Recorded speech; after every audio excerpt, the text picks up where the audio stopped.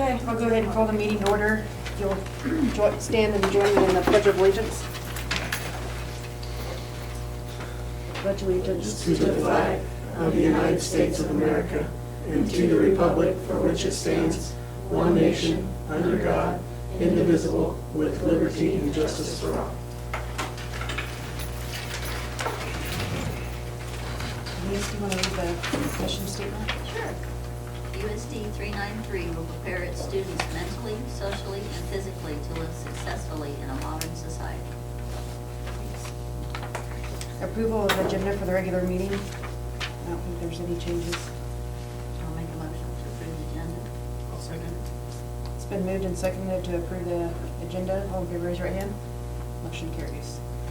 Approval of payment of claims and bills. A couple things I want to point out real quick before you approve them, just so as you're looking through them. One, you'll see KC Audio and Visual is about $36,000, and then the University of Missouri, why we ever pay them $10,000, who knows why, but we are, because that's where our EMITS grant comes from. So, and so that's a reimbursable, so once we pay it, then the money will be reimbursed back to school district, so it's not a cost to us. It's just a flow through and then a reimbursable for the grant. So that's some of those. So when you start seeing some of those that might look a little odd, as technology, we'll have another purchase. I think we get our probes and certain things like that in our next order, which is in October here, which will be coming in. So it's all that equipment through that EMITS grant. The other one is the cash summary, which might look a little odd, and Deanna and I were talking about that. And so if you look at your encumbrances right now, when you look at the encumbrances, it looks as if our cash looks low, and then it looks like available balance and encumbrances. But you got to understand, at the very beginning, as you're starting your fiscal year and the budget's rolled over and you've approved it, so here we are. So we take out like all of the iServe contract. So that's a very large contract, almost $200,000 contract. So what you do is you have the encumbrances for the whole year. So that's in there. You've got your stout for your lawn mowing on your monthly basis there as well, and your sped ed, which is your transfers to the co-op, etc. Those are all encumbered at the very beginning. So then that way we know what bills we have that need to be paid. So we encumber them at the very beginning. We pay them whether it's quarterly or whether it's monthly, and it depends upon which service it is. So iServe is every month, of course, and then like sped ed is quarterly. So it just depends upon what it was. So as you looked at that, I didn't want you to go, wow, we encumbered a whole lot here at the beginning. And we've never really gone over that as we go through the year. So those will go down as every month goes on. So just something to point out as we begin not the beginning of the fiscal year, but it's really the beginning after you've approved the budget, et cetera, et cetera. So unless there's other questions.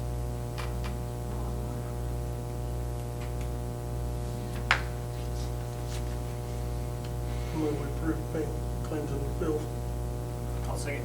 It's been moved and seconded to approve the payment of claims and bills. All in favor, raise your right hand. Motion carries. Consent agenda, which includes A, approval of the minutes from the August 12th and 14th. B, gifts and grants, approve the YOBA grant of $750 for Healthy Choices material. C, approve out-of-district students for the 1920 school year, the updated list, and also an updated approval of substitute teachers for 1920 school year. F, approve a gift of $1,000 for downtown cleanup from the Solomon State Bank. Second. I think that's from when they did the same bags. Okay, it's been moved and seconded to approve the consent agenda. All in favor, raise your hand. Motion carries. Reports. I'm going to go a little quicker because we've got other stuff that's going to be later on in the agenda as far as my report goes. There are a few things I'll throw up here on the screen if technology will work here. And one of them I really want to point out, and I've got the journal, and it is a good one, and I'll pass around if you'd like it. I think I put it in your Friday notes as well, but it was a great night actually down there, even though it took me an hour to get through Wichita because of the rain that day when it just, I don't know how many inches they got there that evening, but when I went down there in August, it was actually the first day of school that evening, and it was talking about all the process of not only KISA, but more importantly, the redesign.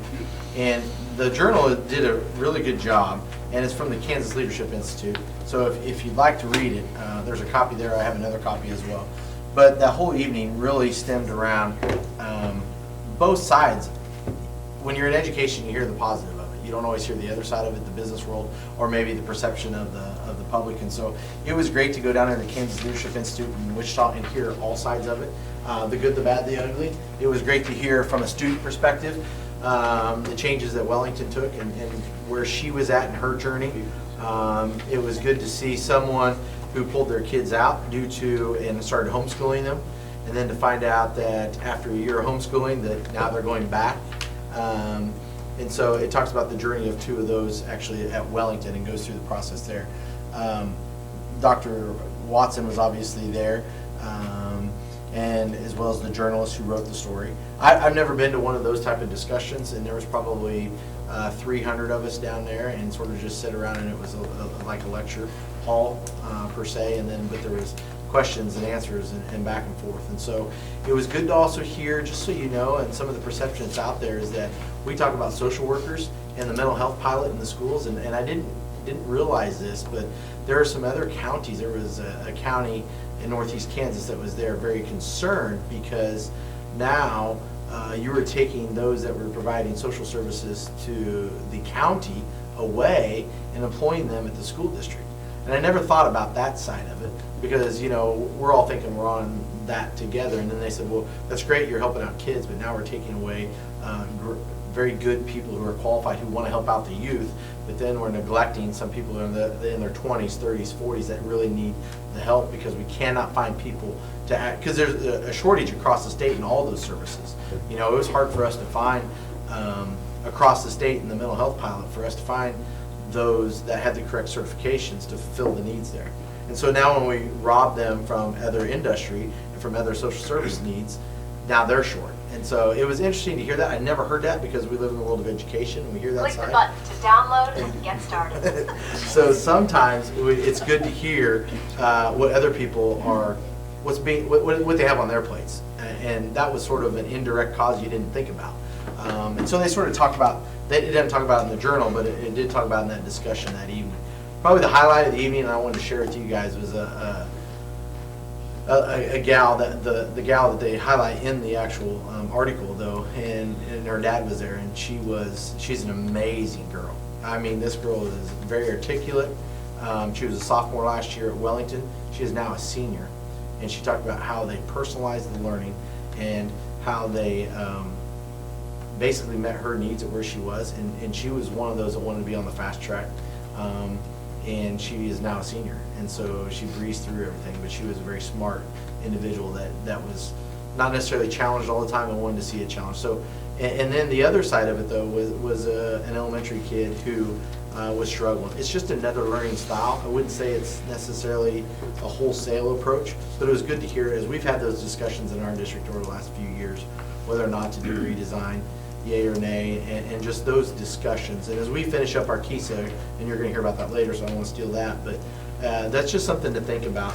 And so it's a good reference. I think I'm going to share it, different pieces, and see if I can get more copies of the journal as we go through it, because there's both sides to it, of course, and it was good to hear that. Bus items, I was wrong. Is it up there on the board? Yeah, it says 8,000. I just got it literally 20 minutes as I was dropping off kids and being the taxi service, and dropped them off and came back, and as I got the email coming into the parking lot, it says, hey, by the way, we also found out that this needs to be updated on there's a switch that's gone out too. So now we're up to, for that one bus, it's $8,800 to fix it now. So it was another $800 expense. It's one of our newest buses, and so it's one of those things. It's just FYI, it happens. It's a cost. It's just something you wish you could control, and it's a cost you can't control. Sort of like the sidewalk, as we've all discussed on the west side. I mean, the amount of water we've had, you know, you don't get 12 inches of water in the month of August very often. And so when all that happens, then you have such things as we have out west, so that we've got to definitely take care of. When I typed this up, I told you we were up. We're up even more. We had a couple more come in. We're now at 351, depending upon the day. I think we're going to be at 352 by count day. We're actually going to a County Kids Workshop. Mr. Seidel, myself, and not Becky. Kelsey's going to go this year. That's right. Kelsey's going to go. And so we go, and the reason why I say that, County Kids is important. Each kid's worth a certain amount of money right now. And so just learning what that all means, and with Mr. Seidel coming into the role of counselor and how we count our career and tech ed hours. And for the high school level, that's an important thing for our counselors to understand that. So, but enrollment's up, that's good. And then we're going to talk about the uncommon leader a little bit later. So that's all I have for right now. Questions?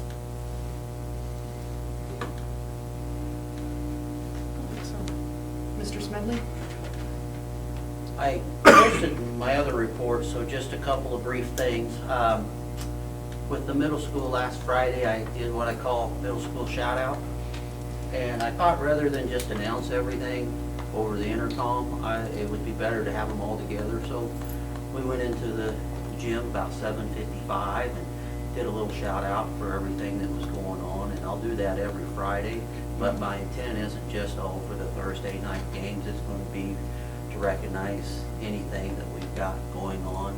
We did a little cheer this Friday. The cheerleaders will finish us up with the cheer.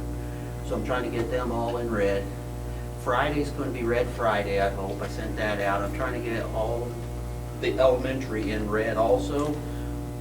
When the bell rings, we're going to line the hallways Friday morning and bring down any of the high school teams that want to come down and walk through and high five and see our kids and try to get a little excitement throughout the whole building with what's going on. So we're going to see how Red Friday goes.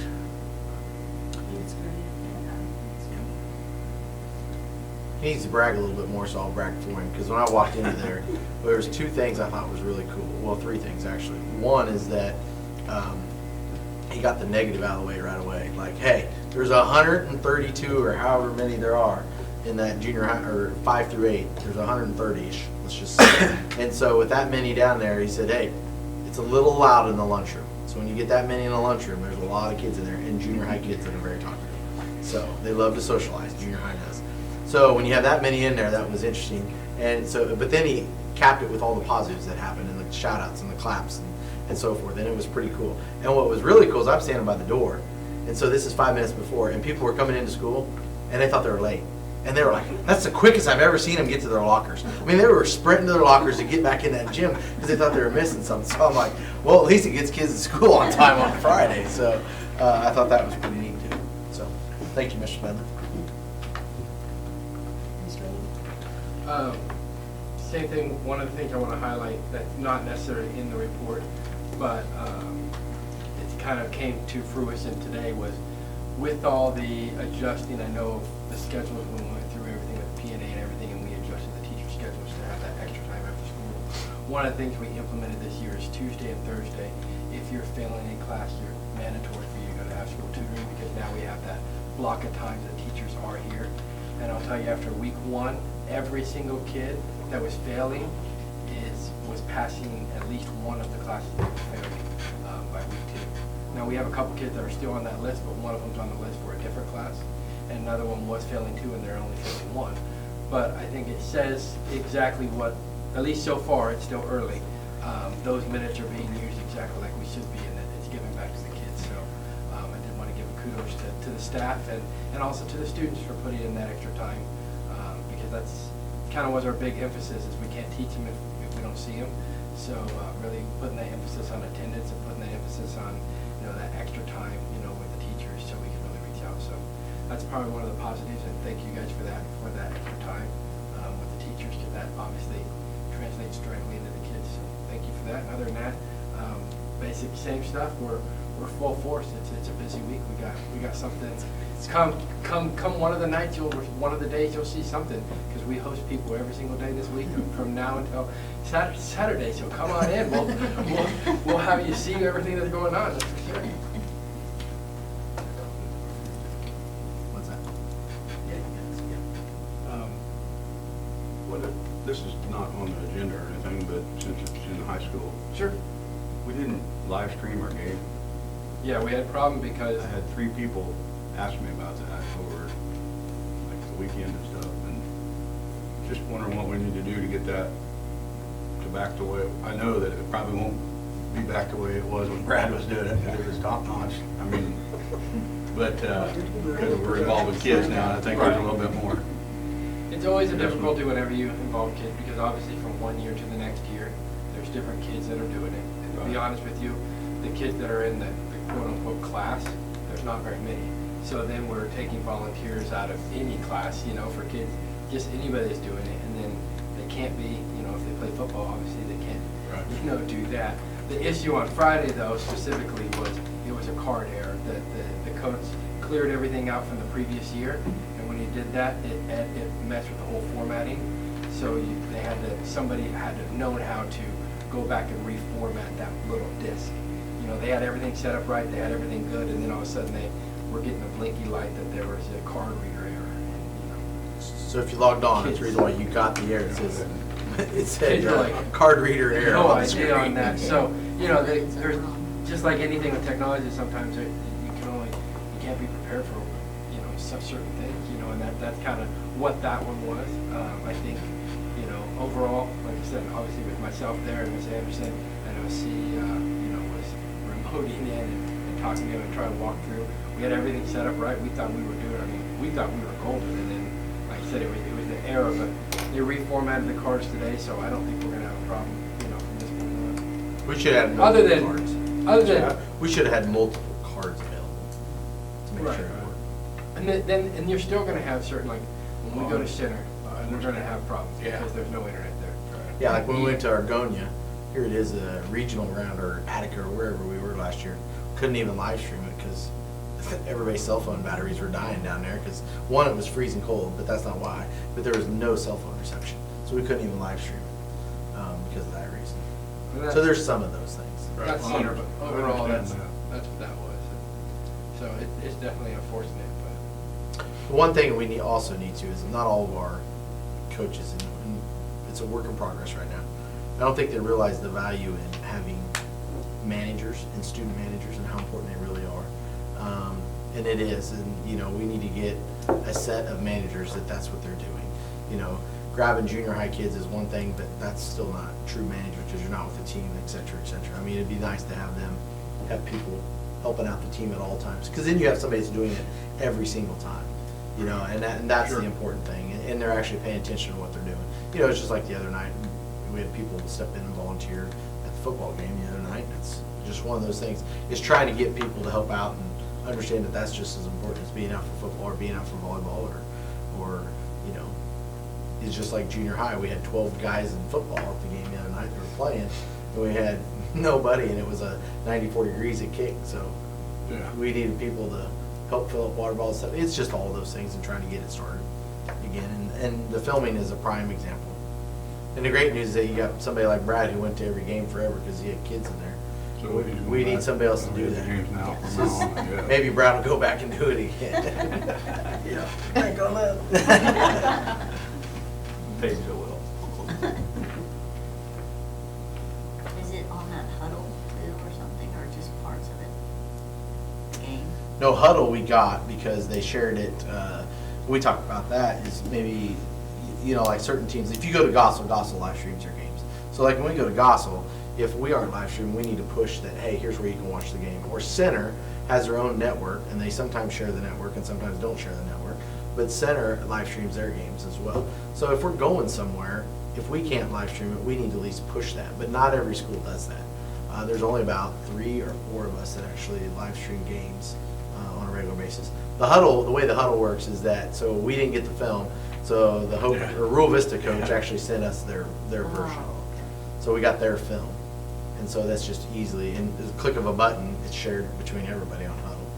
So, just like the officials for this weekend, or this coming Friday, they have requested you to use Huddle. They have requested that they see our game for Friday, because they want to go back and critique themselves. So you get all sorts of people who want to watch the video.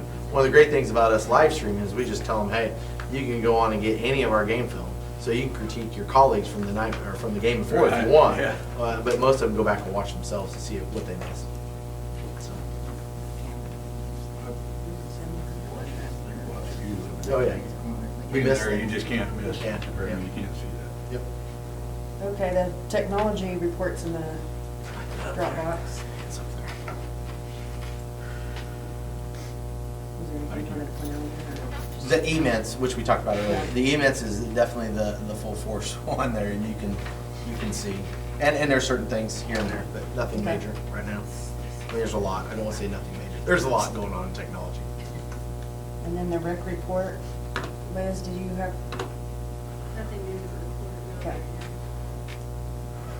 and the PAT report's also in your box. Mhm. I don't know if I got one. I did step in, I think I told you guys how last time. I was actually in there watching. Yeah. Okay. Any questions on those? Excuse me. We approve the reports as presented. It's been moved and seconded to approve the reports as presented. All in favor, raise your right hand. Motion carries. Presentation, the new teachers. Got quite the crowd. That's right. We've got 3 of them, and you know how life is. Sometimes things get in the way. So there were a couple that told me they couldn't be here. But we're great to have the 3 of them here. And Mr. Smedley, but you already knew him, so he's not completely new. But, yeah, half. So we're going to start with Ashley. If you want to introduce yourself, we'll go left to right. Sorry, my left to right. Yeah. So I'll let Ashley start it off, and she'll introduce herself. Tell us a little bit about, everything so far. Okay, so I'm Ashley Depew. I first taught my first year in Emporia from 5th through 8th grade, and then I've been at the Chapman District for 8 years. I did 5 years in 5th grade and 3 years in 3rd, and now I am teaching 4th grade here at Solomon. Mr. Pope said something about what brought us or drew us to 393. Honestly, he knows this, I told him this in my interview, we were very happy when the position came open. My husband is on the Sheriff's Department and he absolutely loves the Solomon District. And so that was kind of what even got me kind of starting to look into it some more. And then the STEM part for the elementary, I think is really awesome that for such a small district, you guys are able to have that, and the kids learn so much from that.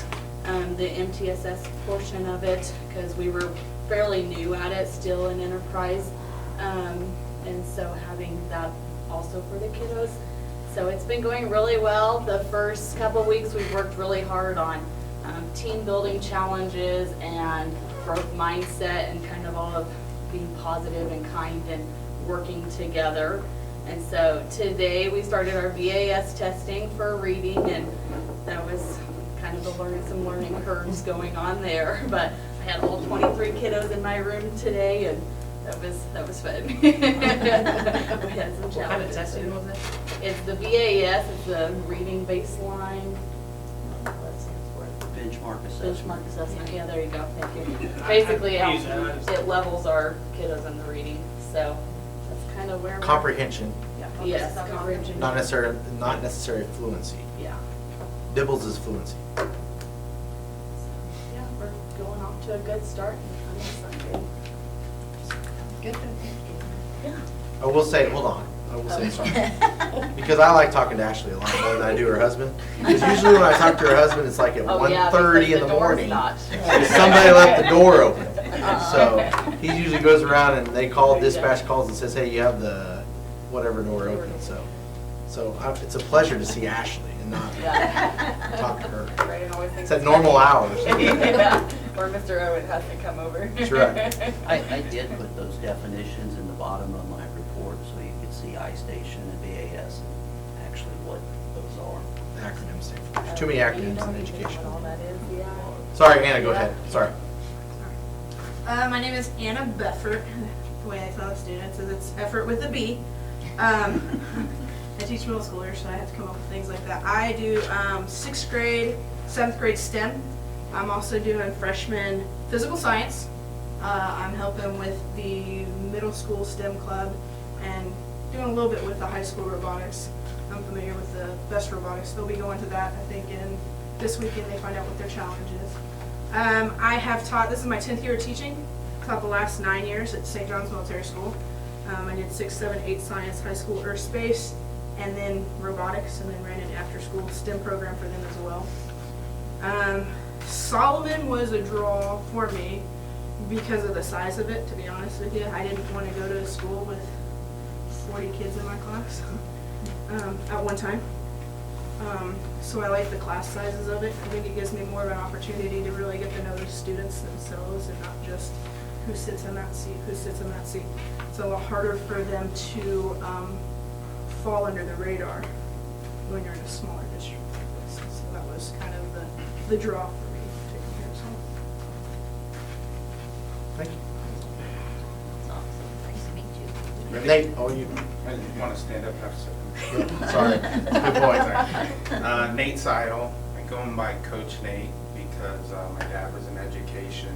He, 3 years ago, retired from Kent Gal as their superintendent, so it's kind of interesting to where it's all now. But We won't hold that against you. I didn't go to Kent Gal. He just did. I'm just glad he built us a nice gym to go and play in. I don't know. But anyway, doing a school counselor thing, and how the journey to Solomon is quite lengthy, so I'll give you the Cliff Notes version. Been teaching for 3 years, decided that I really wanted to be a school counselor. Before I started teaching, I spent 23 years in YMCAs all over the country doing all kinds of stuff, working with kids. Taught a little bit and coached in Florida. So we decided to move back to Kansas because I have a 26-year-old that couldn't pass the state standardized test in Florida, so we had to go the JUCO route for football. So we moved back to Kansas, and I said I want to become a counselor, so I started the Fort Hays State online program, and really was looking forward to being a counselor. So Fort Hays, you have to finish your degree with a 600-hour internship / practicum thing. You have to do 300 hours in elementary / middle school. You have to do 300 hours in high school. And about this time last year, the people in my class, some of them were already counselors, and they were really complaining because they were one or the other, and they were trying to figure out how to get the other 300 hours because Fort Hays was like, if you don't take it, you're not going to graduate. And so I started thinking, okay, I'm going to have to go to a district that's going to be like the whole thing. And so November, December, started interviewing different places, had some options. I was actually at El Saline for their counselor position, and I'm on the way back home to Osawatomie, stopped by Solomon, because when I was the youth director at the YMCA Salina, we did some basketball stuff over here and some MAYB tournaments. I've always been impressed with the gym and stuff like that, and so we stopped by and talked to Mr. Cope, and kind of got to this point, went home, and after being offered the job, sat down with the kids, said, okay, here's our options, what do we want to do? 7th grader says, I want to play 8-man football. He was tired of getting beat up in 11-man. And I was like, well, okay, so I take these out, these just with these. I asked my junior what she wanted to do, and she said, just as long as it doesn't involve going to Abilene, because that's not going to happen. And so, she's like, Solomon sounds good to me. And the 2nd grader said, hey, I like gorillas. So, Solomon it is. And thankfully, the kids love it here. The town, the kids in this district have been so open and welcoming to my kids. Because those of you that have moved with kids, that's always kind of a concern, especially when you're dealing with a junior that's well established and been pretty successful. For her to say, Dad, I love it. And we actually went back to Osawatomie a couple of weeks ago to watch volleyball, and I didn't know how she'd be, and she was telling everybody how awesome it was, and they're like, oh, we wish you were back, that kind of stuff. She's like, nope, I like my team, I like my town, so anyway, that's why we're here, and I'm not moving again. Those of you that we built a house down there, I'm never building another house. And you can thank me for the west sidewalk problems, because it rained 40-some inches in Kansas since January 1st, and it's because I was putting a basement. It's true.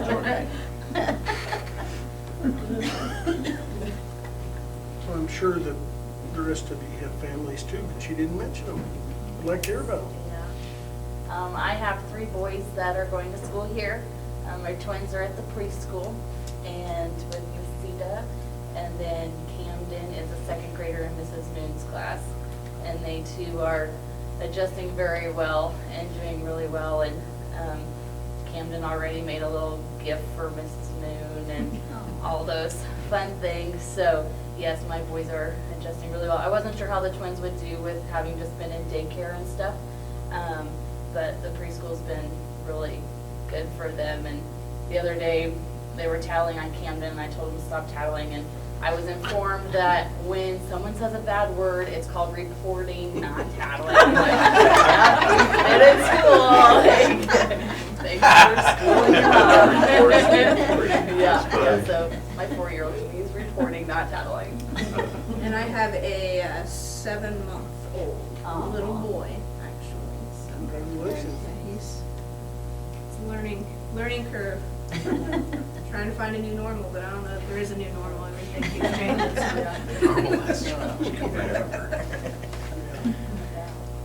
Thank you. Yeah, thank you all for coming. Welcome, Solomon. Thank you. Thank you, guys. And we wouldn't expect you to stick around for the rest of the meeting, so you. Unless you really want to. Unless you really want to. Thank you. We appreciate you taking time out of your evening. Thank you very much. Thanks, Have a good guys. evening. Thank you.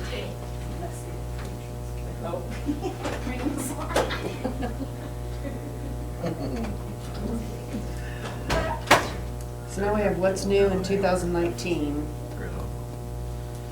Lots of things on there. There's a few things here, and you're gonna, the idea is that to sort of tell you some of the things that are going on, and then to have, throughout the next coming months, to have different people come and present. So we had the teachers today come and present and introduce themselves like we always do. Now the next idea is that on these next 6 agenda items is to sort of talk about them a little bit here, introduce them to you, and maybe that'll trigger some questions that you have as we go through the year, and then things maybe you want to see them present on. And then we thought maybe highlighting at least one every month, and then having them come back to you and sort of talk about what's happening for them, what they're learning, and how's this different. And some of these are going to be like end of the year, so like number 5, KISA, obviously, that's going to, when we get accredited, that's when we'll know that year 5 was a success. So anyways, I'll start with number 1, and I've got it on the TV, on the screen up there, I think. Up there, yeah. So this is something we did 6 years ago when I was the elementary principal. We brought in and we did the Weed State League PD days, and so we sort of brought it back this year, and Mr. Owen and Mr. Smedley have taken it and ran with it. And really, one of the things, we didn't do it the whole school. What we did was just elementary the last time. And we find that it's really, really hard in a small school to get around people who are at the same grade level because there's only 2. So Shelby has a partner. Liz is even more unique in hers, and so, but there's only 2 of them, and so they talk to each other all the time. And so the idea is to bring in all of the 1st and 2nd grade. I'll use on September 18th in the Weed State League, and they're going to come together and sort of talk about different things that are related to their world. So they call it professional learning networks, communities, depending upon PLNs, PLC, whatever you want to call them. And so the idea is to have them create their own little network to where they can reach out and say, hey, at Center, what are you guys doing? You know, you're dealing with them. At Little River, same school size, what are you doing? You know, so somebody else that they can reach out to in 1st and 2nd grade if they're having and seeing issues in the classroom. Or maybe we're looking at, like for instance, we're looking at different curriculum for math. So I'll reach out, what are you guys using? Why do you like it? So as we go through these topics, those are the topics that they're going to sort of discuss and go over, and it depends upon how many people show up. So like for instance, how many are coming on Wednesday? I think Center's coming. No, not Center. I'm sorry, I was wrong. Rural Vista, White City, and Hope are sending somebody. Little River. Little River. White City, Hope, then us for sure is what we know. Right. So there's 4 schools, or 3 schools that are 4 if you count Hope and White City as separate. So 4 schools that are being represented. And so what's great is that, okay, there's only 4. There's 10 in our league. Well, what happened to the other 6? Doesn't matter. But these 4 are actually going to get together and have professional discussions about what's happening in the classroom. So sort of a neat idea. We don't get the opportunity because when you go to big conferences, sometimes it's always like, just like Anna talked about, there's 50 in a classroom or 40 in a classroom. Well, that's not at our level. It's not what we're talking about. It's not talking the same language per se. Yeah, it might be some of the same concepts, but how you go about it's a little bit differently. So we're excited about it. And I think it'll be a good thing for our staff I'm really, really excited for, as you notice there, as we get into October, there you can see that you're going with the high school English. What are their protected reading lists? You know, that's going to be one of the topics. What do you read at freshman level novels? What are your freshman level novels across the Wheat State League? And why are you doing it that way? Well, we do that in 8th grade because of this. I think the discussion within there as a group will not only help our teachers, but I think will help grow our school and maybe rethink some of the reasons why we do it. Doesn't mean that we're right or wrong, and it doesn't have to be, well, this is the way we do it, it's all this way, we're always going to do it. But I think we'll be able to grow, and maybe there might be better ways to do something. And they might learn from us. So, anything else to add from you guys? Yeah, it's just a great opportunity to evaluate, learn. So, Do other schools host it too, or do? no. Maybe in the future. I mean, but Yeah, someone had if it someone had goes- to jump up and take the reins, and that's where we kind of did it. So we talked about it, and we've thrown it around at, different principal meetings, like this would be a good idea, and then it drops off, and then, that's the end of it, like that's a good pipe dream, but, so we decided to create something. Well, to maybe go when with they it. start coming, other teachers go back. We hosted the art festival last year, is where this all started. And so then we presented to the whole, it was just a group of ADs. I think there were, 3 principals there, is all there was. Out of 10, there were only 3 principals there. So on this Wednesday, Mr. Owen is going to take all the principals and athletic directors. We've invited them to this one with the pre-K and kindergarten. So the pre-K and kindergarten will be sitting where you're at, around the tables. And if they want to break out into separate groups, that's great. But in the other room, they're going to have their league meeting, and then the principals have all been invited. So I don't know what topics are on your principals list. There's I'm gonna look at it, but it's like, you have your key show, one of them obviously is about the filming and how we handle stuff like that. But we talked about key show, we talked about different accreditation, what people are doing there. We talked about what schools are doing redesign. We talked about what schools are doing for their individual plans to study. Those are just some of the key hotbed topics. And then just other topics that they want to discuss as well. So we try to get it to where it's a professional learning network for also our principals. Our league has not been, hasn't done what other leagues have done. You see so much turnover at our level. Trying to get a little bit more professionalism back into those meetings. It used to be just a bunch of ADs sit around and I hate saying this, but the good old boy and girl system, and they would just sit around and talk, well, are we going to play? What are we going to do on this night? What are we going to do on this night? And there wasn't really any growth mindset to it. It was more, let's just plan the athletics. It's not just athletics. It should be in activities. And then it should also be an opportunity for them to say, hey, safe and secure schools. What does that mean to you guys? What are you doing? What enhancements have you done? Do you have cameras on your buses? Or they might say, hey, we have cameras on our buses. How'd you do that? Where'd you get that at? Because it's a resource then for them to reach out and say, well, where did you do that? Which yearbook company are you doing? Why are you doing that yearbook company? So on and so forth. So those dialogues allow them to grow and bring it back to our school and look at other options. So, and you grow as a school and you grow as a league, and it should be used that way. And it's never, and Dustin can testify to that, it hasn't been done that way in a while. He would go to meetings and be like, well, I was the only one there, you know? He'd be several times. Go. So then you just stop going. So you've got to make it a priority. So you're going to do it how many times? Just principals? 3 or 4 times, I think? We have 3 times scheduled. Yeah. Good news is that Mr. Owen's the president of the league, so we can sort of set the tone a little bit and hopefully change it a little bit. So you missed a meeting, huh? Usually the guy that misses a meeting gets elected to president. Yeah. It's in alphabetical order. Oh, okay. That was one of the inheritance of athletic director I got as well. Yep. Any questions on this one?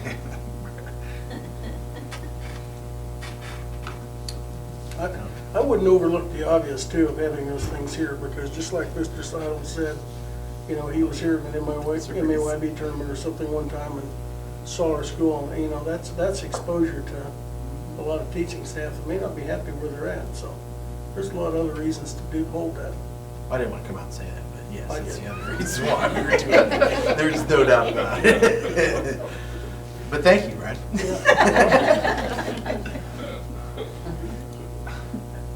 If we can steal the best, great. That's awesome. Right. We're not above it. That's right.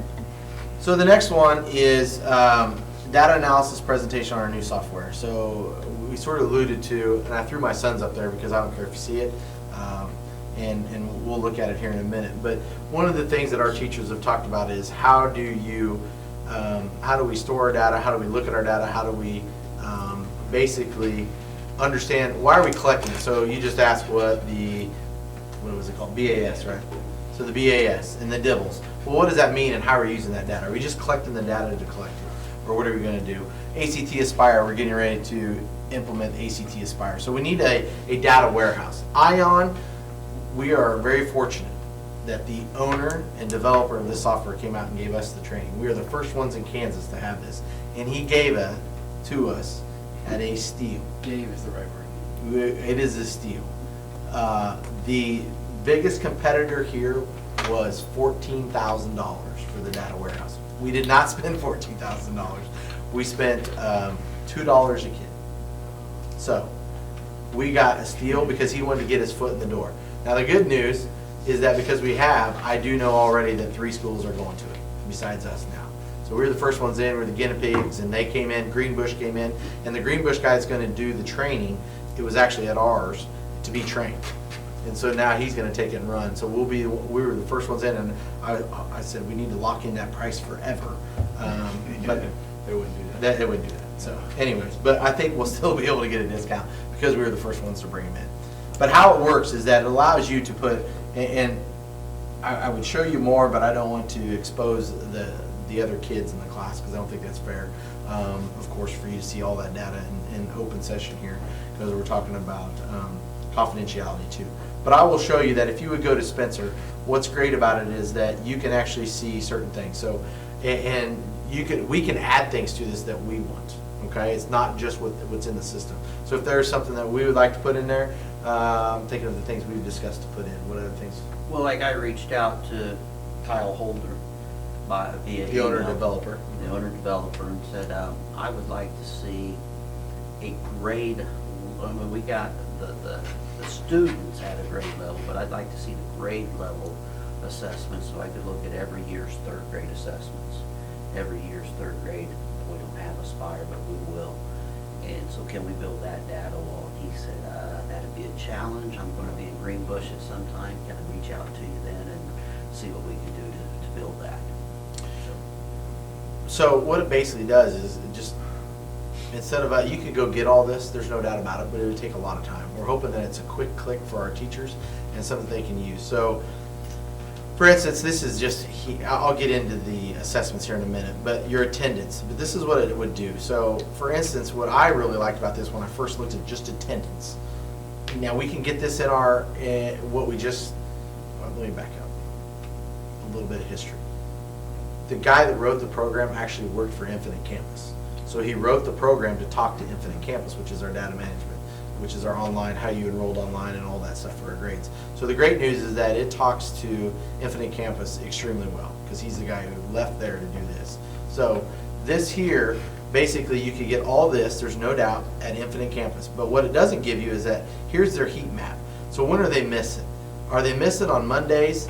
Are they missing on Tuesdays, Wednesdays, Thursdays, Friday? It looks like Spencer has missed 2 days last year on Tuesdays. He missed 1 day on a Monday and he missed 1 day on a Wednesday. So Spencer's at school a lot. That wouldn't be the case. But if we had some people who, it seems like we're always gone on Wednesdays after a road game. Why, you know what I mean? So we get into some of those discussions. Or we go, hey, they're always gone on Tuesday, Thursday. Well, on Tuesday, Thursday, they're with mom. Or Tuesday, Thursday, they're with dad.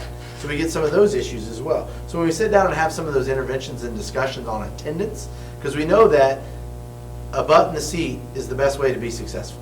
If you're here, you're probably going to be successful because as those teachers that just left discussed is that I wanted smaller class size so I can have an impact.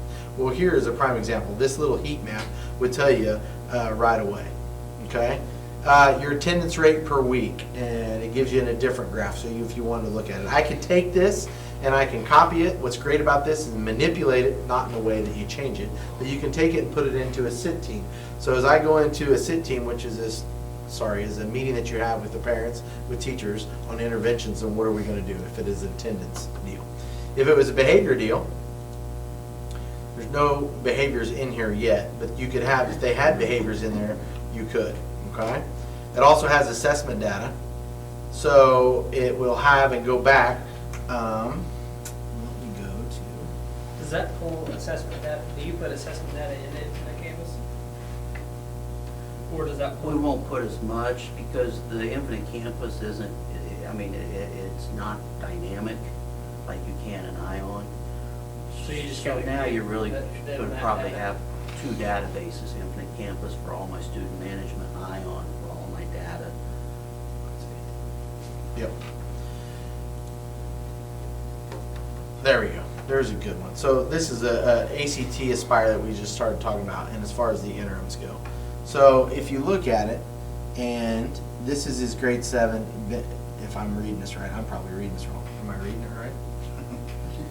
But basically, it's going to give you a track so where you can see where his score is for math, which is the black line, okay? And this would be his English score. Well, it dipped down. Here was his pre-test, here was the mid, and then here was the end of it, okay? Here is the same thing for science.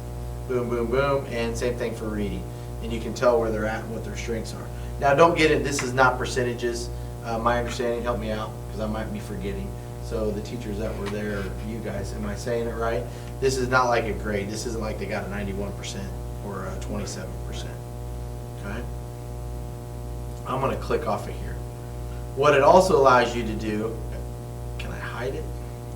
Wish I could hide it. I don't think I can. What it'll allow you to do is to look at overall, here's your assessment data for that whole class. And it tells you whether they meet or they're below, so on and so forth. And I'm going to scroll through really quick.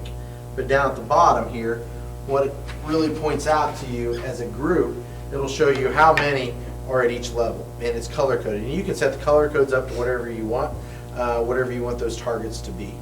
And it'll also take it, for instance, in each concept. So here's the concepts and procedures for algebra, expressions and equations, geometry, and it'll break it down. The more data we get in here, the better it will be.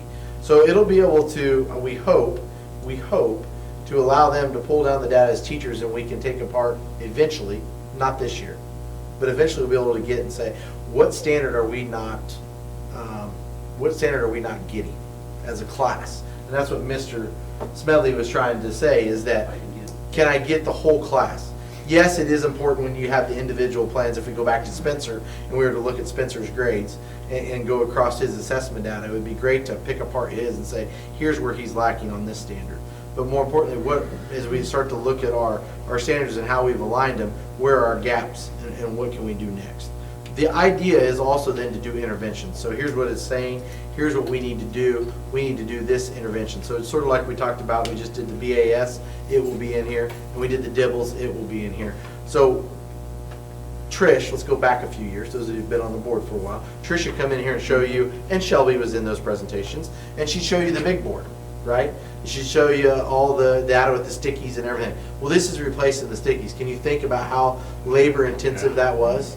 Okay, this is going to be, and the bad news is that unless you were on that MTSS team, and I look at Shelby, you were the only one that really had the data at your fingers right away, because they put those stickies on there and knew everybody that was on there.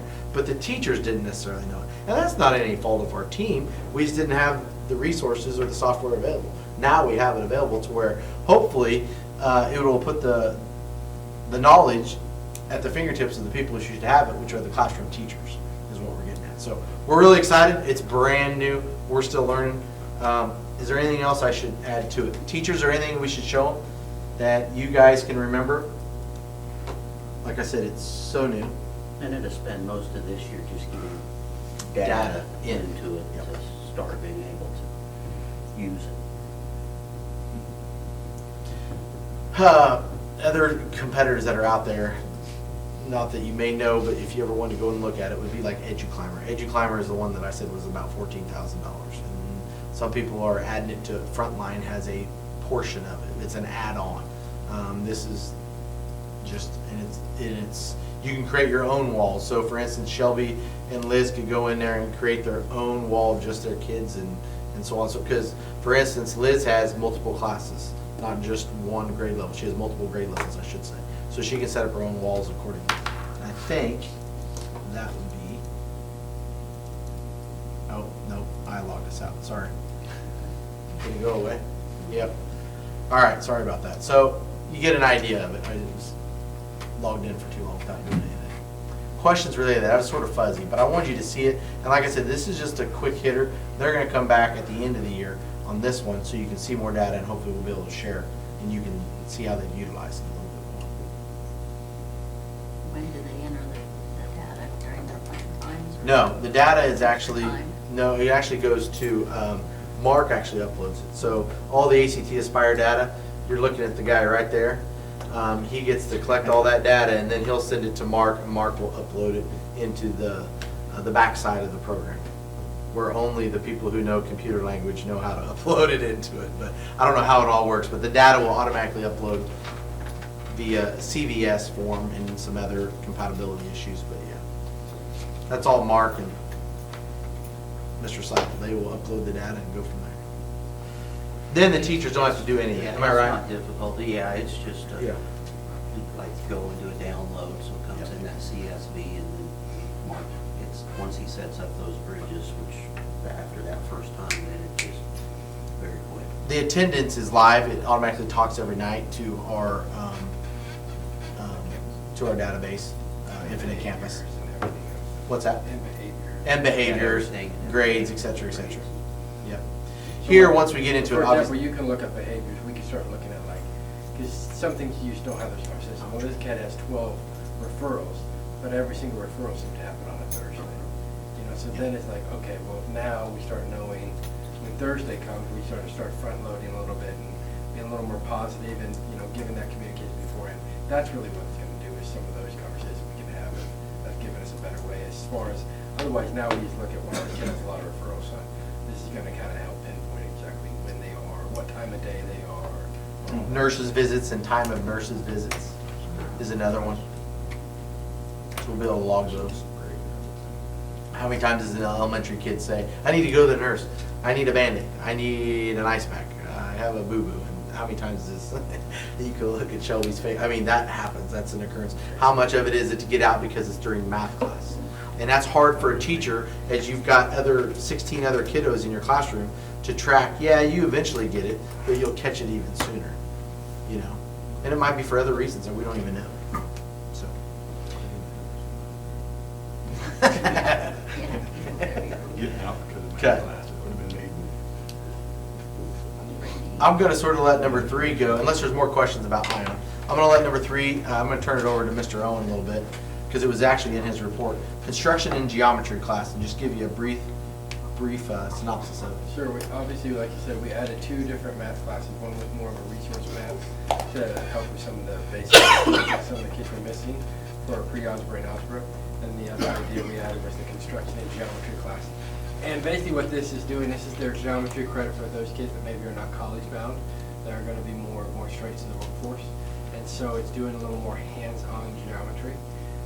So, you know, the concept is, kind of what we talked to them about is, it's gonna be more project-based assignments. So it's not necessarily just doing these projects out of the book, but how do we use geometry every day in our lives? So it's like, you know, it's like measuring the square footing of what it's gonna take for how much carpet it's gonna take in your house, and you know, using the geometry principles for that. And even if they don't ever go into construction, it's a real-life concept, so they don't get ripped off when they go gig. You know, how much am I really being used, or are they taking advantage of me when I get to the store? But it's going to be a lot of that, and eventually we want to get to where they're going to do some sort of a bigger project. We're not sure where that's going to be, because in true project-based learning, that comes from what the needs of, you know, we don't, if I say we're going to go do this, that's not true project-based learning, that's just me telling them what to do. But if it's them coming up with how they're going to use geometry in some sort of project, of some sort of a need within our district, and they're going to, you know, I'll be honest with you, by some point, they might be coming and talking to some of you. You know, I'm sure they're going to be talking to Mr. Cope and myself of what needs are for a district and things like that, and then they're going to use the same principles. And so we have 2 teachers teaching that. Mrs. Owen is kind of handling more of the mathematical concept, and then Mr. Davidson is using that. And if you ask either one of them, they think the other person is a genius, and vice versa. Mr. Davidson will say, I couldn't do it without her, and Mrs. Owen's like, I don't know anything about the other stuff. So they're working really well together, and I think it's going to be exciting. The kids so far, we haven't had any issues. They've been really, really good, very, very positive. They're kind of can't believe that they don't have like their, when talking to the kids, they're like, well, we don't have like homework, well, no, there's projects, you're gonna do all these other things, and I'm still getting a math credit for this? Yes, because it's more in their wheelhouse, because it is their hands on what they're gonna be doing, and it's just more the basic skills of what we use every day in math. And so, is it for every kid? No, it's not. If you're college bound, this is probably not the class for you. It's a cool class, but it's probably not for you, because you're gonna need those higher level math skills. But we have a lot of kids that they pretty much know pretty early on by their junior, senior year, they're not going to college, but this is more of a hands-on to get their math credit. So that's kind of the reason why we went for it. It's new, it's different. We'll never know until we're a year or two in if this was a huge success or failure, but right now it seems like everything's going in a positive direction. Approved by the state, so the math credit is an approved credit. Does meet that, of course. So, Could start by measuring the square yards of the concrete for the sidewalk. Yeah. And the drainage. It's true. We could have done the bus part if we were doing it a little quicker. Yeah. Then we would have found out if we really were Yeah, getting. that's right. Two funny stories real quick. One, both with Mr. Davidson. He came to actually Mr. Owen, I think, and shared the fact that he went home and watched YouTube videos on geometry to make sure he was up to date on his geometry skills. I don't know about you, but I'd have to do the same thing going back in the day. And then the other one is that we found out that some of our table saw needed some, let's just say, updates, because I don't think it's been used for at least 6-7 years probably in there. So he had the old shop teacher who he taught with when at his previous location. He came in and told him what he needed, and you either buy a new one for $500 or take a $35 part and fix it. And he goes, well, that's pretty simple. So it's just finding the resources there to make sure it all works and be cost effective at it. So He said he started cutting the first. They're doing block puzzles right now. So they've cut all the wood out, and then they're putting all these little puzzles together using geometry and the figures and things. And so he said he started cutting one of them, and it kind of flew across the room. He's like, maybe we should not be letting our kids do that. So he cut all the blocks for the first one until we got everything fixed. Yeah. And then, they'll be doing more. I don't know if it's been used. I know it hasn't been used since I've been here until now. So There's a lot of those tools in the South that's getting used. That Yep. haven't been used for a while. That's awesome. Watch YouTube videos on safety of the tables. Any questions on number 3, the construction and geometry class? I'm excited for the kids to come present on that one. I really am. Later on in the year.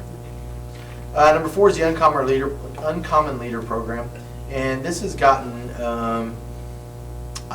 good reviews. I've also heard some people say, well, how did those people get selected, and how did other people not get selected? And it was literally by staff. We sent out a survey to the staff, and then when we only got 1 or 2, talking to other people and some coaches and who they wanted. And then the other one is to think of people who aren't always in those leadership roles and don't always get put and have those opportunities was the other one. So there's a little bit of that. And lastly, it was to on how the selection process happened. If you're a 7th or 8th grader, we're going to continue this program. And if you're a senior, unfortunately, or a junior, you're only going to get it for 2 opportunities. But the idea is to keep this going. So if you're a 7th grader, hopefully every 7th grader gets it before they actually graduate. And they'll go through this book right here and the step to step. And so Joe was, for 20 years, he was a counselor in Cimarron. And then retired, was in the classroom before that. But anyways, and retired, and this is what he does now. And so today's teenagers and preteens are presented with more things than ever before in the history of the world, for that matter. And they have more access to more things,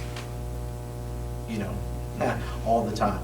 And it's not just about the bad choices, it's also about the great opportunities that are out there for kids, and what they have the opportunity to lead in all levels, and where they're at. And so this is the first thing that he takes them through. He's been here before, and he's done it before with a leadership group. I think Mr. Dooley actually had him come out one time. 2 years.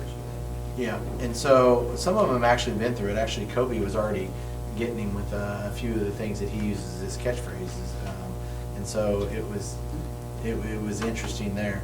But these are up on he talks about grit, obviously, relationships, and the biggest one is accountability partners. He's big on accountability partners, and they have to meet, and some of you have kiddos in that program. And so it's funny, I met with them as a follow-up just last week at lunch, and I said, how many people met with your accountability partner? None of them. And I said, make sure you bring your book, because they all have a journal, and I gave them a pen. I said, bring your journals. And it's funny that every class brought it except for one, and it would be the 8th graders, which my son's in, and none of them brought it. All 6 of them did. None of them brought their journals. So I said, I don't think the 8th graders read emails at all. And so that was the other one, is getting used to actually checking emails. With some of them, I'm amazed that they don't check emails.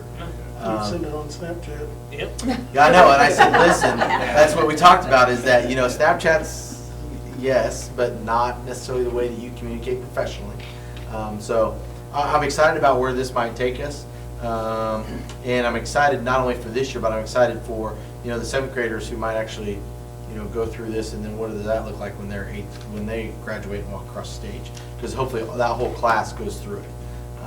So we have invited 3 girls and 3 guys. Not all classes said yes, I'll be honest with you. So it's hard to go and ask somebody else in the middle of the deal. So there are some classes they could have a maximum of 6 in each class.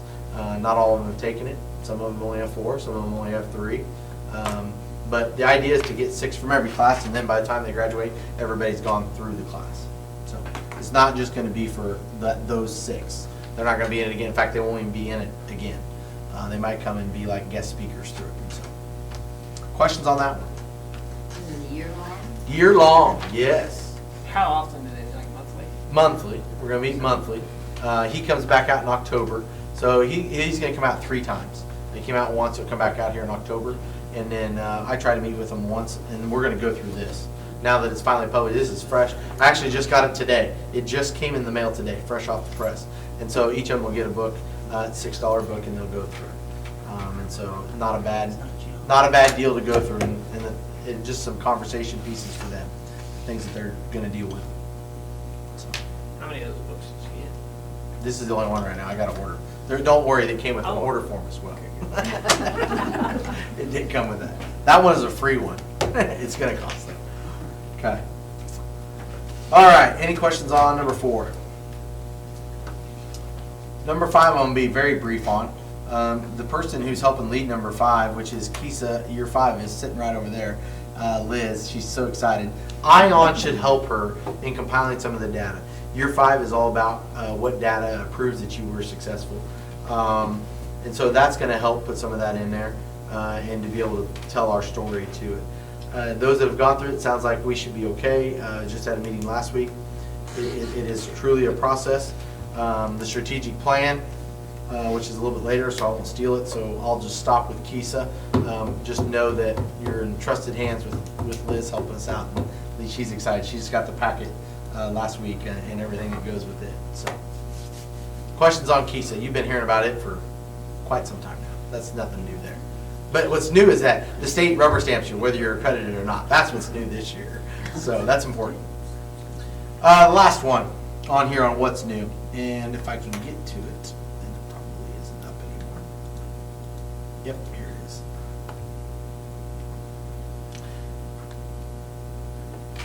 I want to show you, which I think has been really good. I've had 4 meetings on CEO Dickinson County, and it's put together by the Midland Institute, and it is something that's coming to Dickinson County next year, and it takes a year to basically, it's supposed to take 2 years, and Dickinson County's throwing it together in 1 year. I want to give kudos and shout outs to 2 organizations that have really taken the lead, and they have to, because this is something that's centered around the business world, which is a unique opportunity. So Dickinson County EcoDevo, Economic Development Group, they were behind it, and then obviously the Community Foundation of Dickinson County. All 5 schools in Dickinson County right now, I believe, are all on board in providing this opportunity. And I think it's something that our kids are going to get a chance to experience real world situations. And so I'm going to stop and let this guy tell you a little bit more about it if you haven't seen it. I'm a business owner and a graduate of the CEO program. CEO is an entrepreneurship program for high school students where everything is real experience, real businesses, real skills. We believe that entrepreneurship is so much more than business knowledge. It's the way you think, and view the world. CEO is funded entirely by business investors and always meets in a business, never in a school. CEO students meet for 90 minutes every day for a school year. Students visit dozens of area businesses and interact with more than 50 guest speakers. They cooperate on a class business, and every student starts a real, viable business of their own. CEO is a transformational educational experience. It showed me how to be excited about learning. CEO isn't about what do I have to do to get through this. It's about discovering and exploring, and it's about I want to know and I need to know. In CEO, we don't just talk about the essential life skills that are so important for success. We use them every day. We don't do units and quizzes on business concepts. We use them every day. CEO is also an economic development tool. I saw incredible businesses while I was in the class, and I have a network of contacts that will help me be successful. My business, Framework Photography, is a great example. It's in my hometown because that's where I want to be. This program changed my life as a person and a business owner because that's what CEO is, and that's what CEO does. Can you guys still see it? Okay. So that's obviously a young man that went through the program. I want to go down here to the founder of it, and I'm not going to play the whole thing. It's 15 minutes long. I want to skip through. I have actually 2 sections, and right here is when he starts talking about how it all comes together and why it comes together. Help me solve a problem. This is what you see. Totally, it's what I do. That's because they're convinced that the why questions are important. In my experience, first graders, kindergartners, they see the world like entrepreneurs see the world, as a place that's full of exciting things to discover and explore and do and experience. In my experience also, I'm sorry to say, by the middle of 2nd grade, this is what they look like. They've learned that there's no real questions to ask here. You're going to tell me exactly what I need to know, and I'm going to spit some of it back up to you. If it looks kind of like what you shoved down there, then we move on. So by the time kids get to late high school and college and beyond, for too many of them, this curtain has closed. And now the world looks like this little tiny sliver. So when a kid says in 6th hour calculus, I don't see why I have to know this, they're really not being negative. They're just telling you what they see. And what they see is this closed curtain that only connects with what's immediately in front of them. What we need to do is just to reopen the curtain, reawaken this curiosity, and watch the incredible things that kids are capable of. We do that at CEO through a number of things. Some important things for you to understand. CEO is funded by business investors, not schools. Schools don't pay anything for CEO. Business investors pay for the class to take place. And the class never meets in a school. It always meets in a business. Sometimes it's a cool place like this. Sometimes it's a factory workroom. Doesn't matter. The point is, it's always in the real world. It's always in the world of business. Everything in CEO, by the way, is real. Everything. No tests, no quizzes, no textbooks, nothing like that, because that's not what life is. Life is about real stuff. One of the things the kids do together in the course of this year-long 90 minutes per day class is to run a class business together. And it's typically an event, because an event has a nice defined start and middle and end to it. You'll see at the bottom of the screen here, that's a half-day business conference put on by one of our classes. The point you need to know is that the kids do everything. They book it, they plan it, they market it, they sell it, they do everything. They're responsible for everything. When you owe $6,000 or $8,000 in expenses, the last thing on your mind is a grade. That's not what it's about. Grades are about, I want to put in this much effort to get this exact reward. When it's real life, you just don't have that option. I always ask kids, is that the surgeon you want to operate on you? Is the surgeon who says, I did really great work yesterday, so if I do C or D work today, who cares? I'll still get a B. You don't want that. You don't want to drive the car. Okay, that's where I wanted to end that. Okay. The parts are really I want to move up to... You want the parts you want the car that has 100% really great parts. Also, you need a leader in that place because of CEO, because of the people he met, the places he saw, the expertise he was able to gather. At the end of the last school year, we had our first national trade show for CEO, where we brought in the best businesses from around the CEO network. And you see, now that floats year to year, but it's the evidence I can offer you is this. Sorry. I taught All right, 5 years of the first class here in Effingham, Illinois. 110 graduates of the class, 105 or so businesses started, about 109 kids went to college. About 25 kids continue to run their businesses, about 25 to start new businesses, but every single one of them is transformed. Every single one of them. One of the best pieces of evidence I can offer you is this. Every year we do a pre and post survey, and one of the questions is, would you consider coming back here as an adult, to live, to work, to start a business, to raise a family? And one year when we had 25 students, the answer at the beginning of the year was 3 of the students were interested in coming back. Now that floats year to year, but it's in the neighborhood. At the end of the year, after having all these experiences, meeting all these people, guess what? Nearly all of the kids wanted to come back. And that's what we're finding. Of our first class, which graduated in 2009, and it floats back and forth every year, but it changed the way they view personal responsibility. Now you know why Dickinson County Economic Development's behind it too, because it's about bringing people back. The last part they're going to talk about is probably the questions you guys really have as a board. And it talks about the who, the what, the why, and the how. Okay? And so it talks about the expansion. We are, as you start to look at this map, we are the only county in Dickinson County, or the only county in Dickinson County, we are the only county in Kansas that is moving forward right now. They are talking to other counties, yes, but we will be the first one up and running. I mean, that's what we do. And just to recap for you, the class meets 90 minutes a day, every day for the school year, early in the morning. It's multiple school districts for most of our classes. There's a home base every quarter or so. That's where the students meet if they're not touring the business or doing something else. Students do drive themselves to and from class. They get 2 high school credits for the class.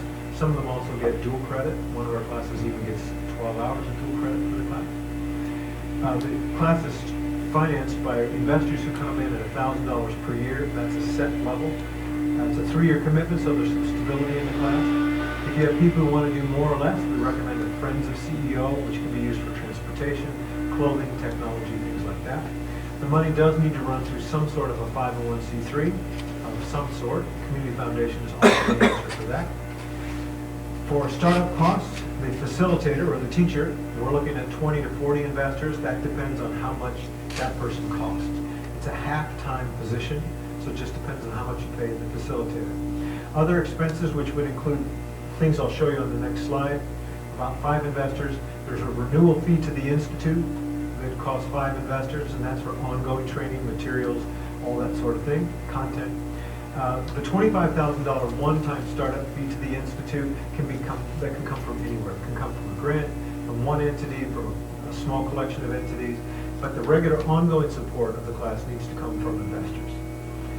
And your budget, you're looking at 95% of the budget is probably your teacher or facilitator, as we call them.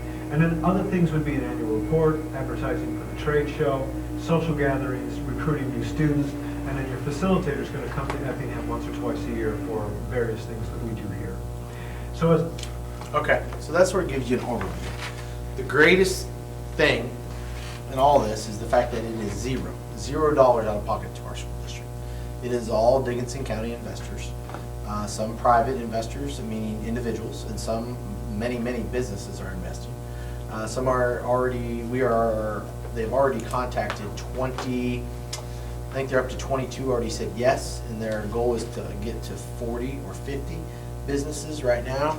And then the thought, and they are very eager, I think, which is a great thing, is that they would like to open up and have 2 CEOs. They'll open up one next year, followed by a new opportunity for another group to open up the following year. So they'd like to have 2 programs up and going because of several reasons.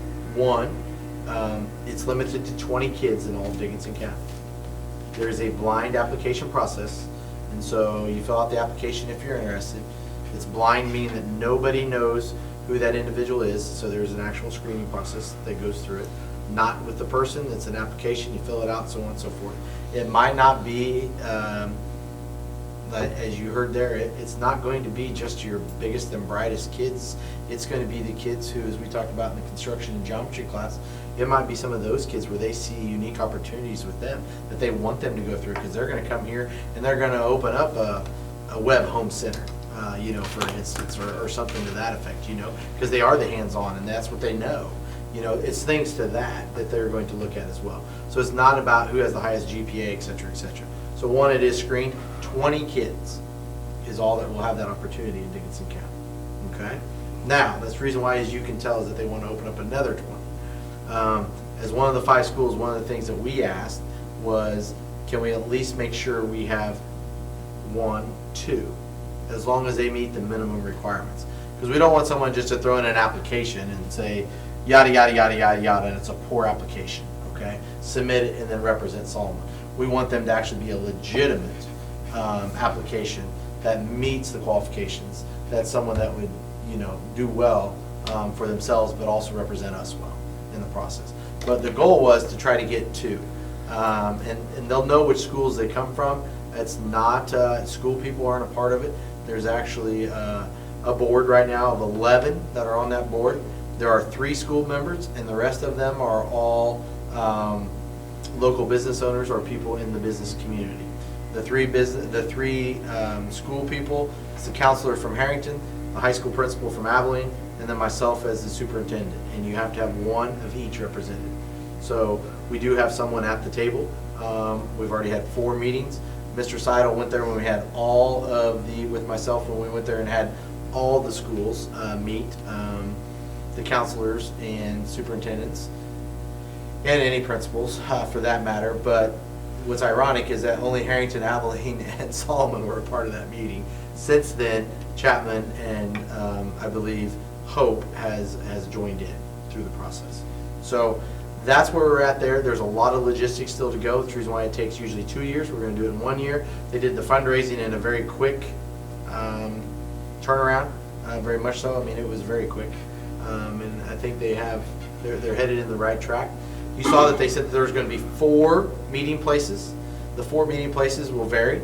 So we talked about, it's not always going to be in Abilene. It shouldn't be in Abilene. It should travel to Solomon. It should travel to Harrington. It should travel to Hope, Chapman, et cetera, et cetera. So the 4 primary ones, we haven't decided any of those things yet. But you need a location, a business, more importantly, where people might be able to meet and have a class of 20 with a facilitator. They'll travel to the other businesses, of course, and the idea is to take them to Solomon Corp, to Chuck Henry's, to take them to Bush's, to take them to Solomon Corp. But also, as you notice, is that it's entrepreneurship. So you want small businesses. You're going to take them to a family farm.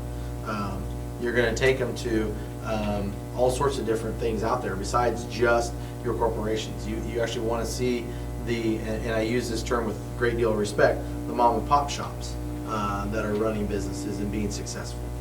So the idea is to spread it within Dickinson County and to look at all the businesses throughout Dickinson County. Questions? There's a lot. There's been a lot of meetings. We've already had 4. We'll be meeting again the first Wednesday of every month. We meet as a board, and it's an active. It's an active board. They select kids this year? They will select kids in the spring, yes, for next year's. Right. There are already friends. There are some businesses that said, hey, I want to contribute more than just $1,000 a year. I want to contribute this X amount of dollars. And that's where you saw the friends of the CEO program. So they have to dress up. So as you see the way I'm dressed tonight, you have to dress up, not suit tie necessarily, but you have to be in dress slacks, and you have to be in at least a button-up shirt every single day, 90 minutes every single day. And they talked about, well, when do you start? We talked about saying, do we start at 7:30 every morning? So that means they have to actually get up, drive like you do in the real world to work, get there on time, and then you go for 90 minutes and you'd be back to class. So you're looking at, junior, seniors, probably more your senior level is what we would be targeting, because by the time they got back, really they just have to have government and they just have to have your English class. And what's the other one? I'm forgetting one. Government, English, and Econ. Thank you. I was forgetting the other class. So those are the classes they have to graduate. So the rest of the time you have some flexibility in order to travel and do those things. Your juniors don't have that flexibility. I think it's an unbelievable opportunity. And I wish I could get into the success stories. And I sent the link to you. So if you did get a chance to go and look at the success stories and the number of businesses that they had to have the conversation with mom and dad saying, hey, I made $300,000 as a senior in high school on my jam, the jam one, if you saw the jam, where she made her own jam, she made $300,000, and she goes, listen, mom and dad, I'm not going to go to college, and here's why. because I already have 4 employees that are working for me, et cetera, et cetera. I'm making money. You know, I really don't need college, okay? And so, boy, oh boy, do I hope one of my kids have the opportunity to go through it and say, hey, Dad, I'm not going because I'm going to help pay for you. Okay, that'd be great, you know? But I think those are great. They had another one on here. I think if the success story was $500,000 that was bought by another corporation, said, I want to buy your business idea, I'll pay you $500,000. Now, those aren't going to be all of them. You heard the guy also say that you're not going to have them, those success stories as well. But, I mean, those are the things that I think the opportunities and the doors that are going to be opened for our kids that we didn't have before. We started talking about this at the very beginning of the day with the redesign and whether or not this is redesign right here. This is, well, I don't care what you call it. We don't have to vote. We don't have to do anything. These are the opportunities that we're talking about for our kids. You know, I would love, as we discussed, we'd love to have the person that's a half-time person that does it. We'd love for that person to be a Solomon teacher. That person can be a teacher. They have to be able to get their teaching credentials. They don't necessarily have to be a teacher. They can also just be a business, from the business world, but they have to be able to get their teaching license. But we said, boy, it would be great if one of our teachers said, I'd love to do this. We haven't shared it with the teachers yet. You're the first ones to see it. We'll share it with the teachers a little bit later at our in-service in October. And, you know, if one of them would do it, maybe we could piggyback and say, hey, we'll pick up the other half of that, and then we'll do something on the side for our kids perhaps and grow that direction. That would be an awesome opportunity, you know. Why the 2? I'm thinking of questions you might have. Why the 2? Why does Dickinson County want to do it? Because from here to Harrington's not a short distance. So if we are driving, it would be great to be able to do, hey, if I live south of Country Club, I'm going to go this way. If I'm north of Country Club, I'm going to go here. So that could mean in our school district, we could have some going to the south, some going to the north. Obviously, in the Chapman School District, they could go to the north and the south part for sure. But it would allow you, based upon where you start your morning at, depending upon which one you're going. You're going to get the same opportunities, same businesses. That's why they're looking at 2, or hoping to get to 2. So you'd have 40 kids in Dickinson County getting that opportunity. They think that there's going to be, they're worried that there won't be anybody apply. I'm worried we're going to have to turn so many kids away. And maybe I'm wrong. I don't know what you guys think. That was my question, was how are you gonna get, or, so, do you present this to, does everyone present it to their classes? Yeah, we'll Try to- present it after the first of the year. We'll present it to our seniors, or our juniors, I'm sorry. So this is the opportunity for our seniors for next year. If you're interested, here's the application process, so on and so forth. They have to come out and train the board. The board requires an all-day training, and it has to be, I was telling Deanne the other day. So there's 11 on the board. We are down to 3 dates that we can all meet. December 18th, December 19th, and December 11th, I think were the 3 dates. And they started at the end of September, and that's what we're down to because everybody else is busy. And it requires 100% attendance by the board, by the CEO board. And I'm like, that's 11 people that run businesses, and so that's hard to get everybody together. And you have to do a whole day training. So, but from that, that's the reason why, is because they are very stringent. And you saw some of the other material that I put in the Dropbox, hopefully, that does require that. So, okay, I was excited about it. I know they presented to the Community Foundation at their annual investors meeting. I know that they presented it to them, and it seems like it was a hit, I think, with them a couple weeks ago. Only to get people to put money into it, they just, you know, believe in it. I think the kids that would actually apply are going to be the ones that are, that actually think about their life and their future and their, you know, I have a plan, and not just ones, like you said, just, oh, fill us out just for something to do. Yeah, I just think like you'll get to touch the ones we want, basically. Sounds pretty neat, especially if it doesn't cost. Yes, especially if it doesn't cost. That's a win-win. Okay. Awesome.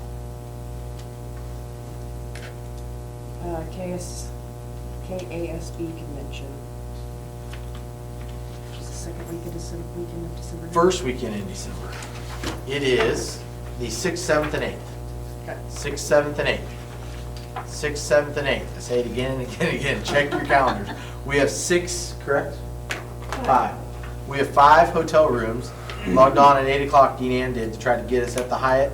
No, we are across the street at the Fairfield. So, and it was a mess trying to get everybody registered. So what do we do? 8:25 they were sold out. 8:25 they were sold out. So Now you see why it is a mess on the day they open the room. So we do have 5 rooms. Just need to know who's going, and if not, then I need to cancel by, was it October 1st? I think so. By October 1st. So that's before we meet again. I'll go. Okay?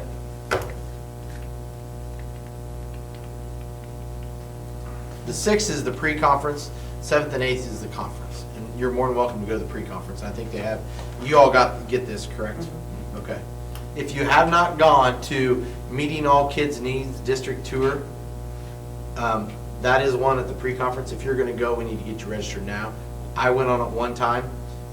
It is an amazing trip because you're actually going to go into the classroom. I don't know where they're going. Did it say where they're going this year? Somewhere in Sedgwick County, but they'll go to one of the schools and you'll actually go in and see their programs and what they're doing. And if it's STEM, you'll take them in their STEM or whatever it is. So you'll get to see schools and how they're put together. It's sort of different because you don't get the opportunity as board members to get into other schools. You're into ours, but not sometimes it's hard to do in ours even. But getting into other schools is definitely not something you get to do. Unless you're in a ball game, but one gym's another gym. I mean, seriously. It's a gym, it's a gym. Some just seat more than others. So Dustin for sure. If not, I just need to know that's on there. We need to know who's going so that way we can. I'm planning on going, but. Okay. All right. What's that? Okay. All right. And it's okay. Either way, just let me know. So, we're good there. Okay, strategic planning and board retreat discussion. After having a discussion, and this may not take 20 minutes, we've had a lot of good topics, and we sort of talked a little bit about KISA anyways before, but the strategic planning process, October 2nd. Write down October 2nd because that's when we were going to do the strategic planning. And after talking with them and where we're at in year 5 of KISA, without having a year where we just do a lull, we usually do a board retreat. October 2nd, they will come out as a part of our process. It's usually a 2-day. And I think I told you that in a Friday note, is they'll come out and he is going to come out and ask you 3 questions. Okay, and it's basically going to set the tone for the strategic plan, and then we'll ask a different, somewhat same 3, but another 3 questions to the staff. And then the same thing at parent-teacher conferences, sort of ask the community members. So we get the maximum amount of stakeholders, their input, before we go into a strategic planning process in the spring, February-ish, and then start it, and then so that way you have time to change, adapt, move up the timelines like we did last time, and then set it in place for next year. And because next year will be year 1 of your new accreditation process, which is a 5-year process.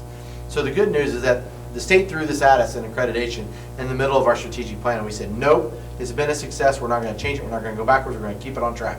We're not going to adjust to what the state said, we're going to start new this year. So with that being said, the 3 questions that they're going to ask you, just so you know, what does a successful Solomon graduate look like? What are things now that you do as a board, as a school district, that already currently allow that to happen? And then what are things that, that we don't do that you would like to see a successful Solomon graduate have? And some of those you're bound by logistics and by our size. And some of those maybe we're not thinking outside the box and we need to do these things. I think as the Kansas Can moves on and the things that you hear, whether we're redesign or not, we start to redesign the way you do that every year as a board. And the way that you shape, here's what the future should look like for a Solomon graduate.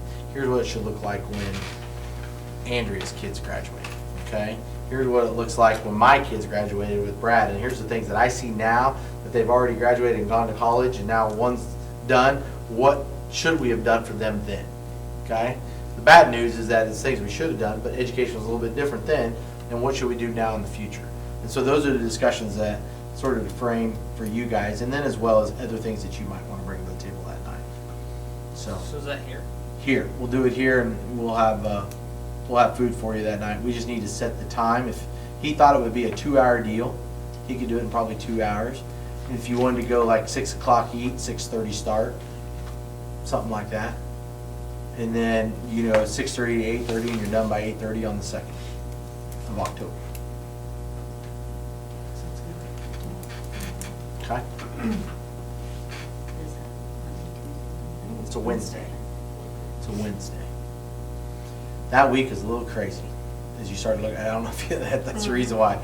It was the 2nd, the 11th, and so the 2nd worked out best for him in trying to get everybody's dates down. There's ours. So 6 to 8. 6 to 8:30. 6 o'clock is food. 6:30 is the retreat and discussion as a board. Okay. I have nothing else there unless you want things from you guys that you would like me to tell Bart as he comes in and prepares for that evening.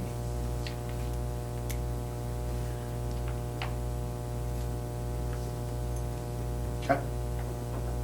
Okay. We have some HR items, 3 employment hires. Number 1, junior high cheer, Wendy Pratt and Kelly Cope are gonna split the supplemental. And 2, high school Stuco will be Anne Marie Buckles. 3, after-school hires, Arlen Gonzalez and Spencer Lacoste. Quick story on 2 of those. 1, kudos to Wendy Pratt. She did all the work. She just didn't want to go to the games for junior high because she's already going to high school. So really all the credit goes to Wendy. The other one on there is just to cover away games. Okay. I say that even when I'm serious. That's true. It all goes to Wendy because she's doing all the practices and everything. So after school hires, it's funny, and Dean Ann didn't share it, but I definitely want to share it. One of the little kiddos that does after school program comes in and says, the favorite part of my day is when I get to see Arlene. Miss Arlene. Miss Arlene. Sorry, Miss Arlene.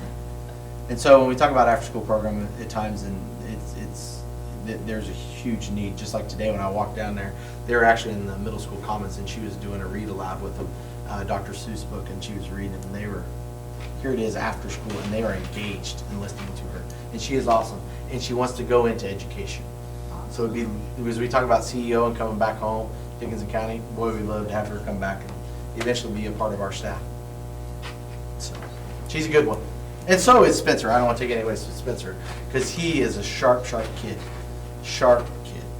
So very impressive young man. We're really fortunate. They're great kids.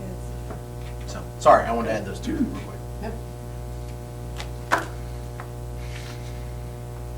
I move we approve the hires. I'll second. It's been moved and seconded to approve the hires. All in favor, raise your right hand. Motion carries. Future dates and topics. September 27th is homecoming versus Goswell. October 2nd, the board work session and goal setting.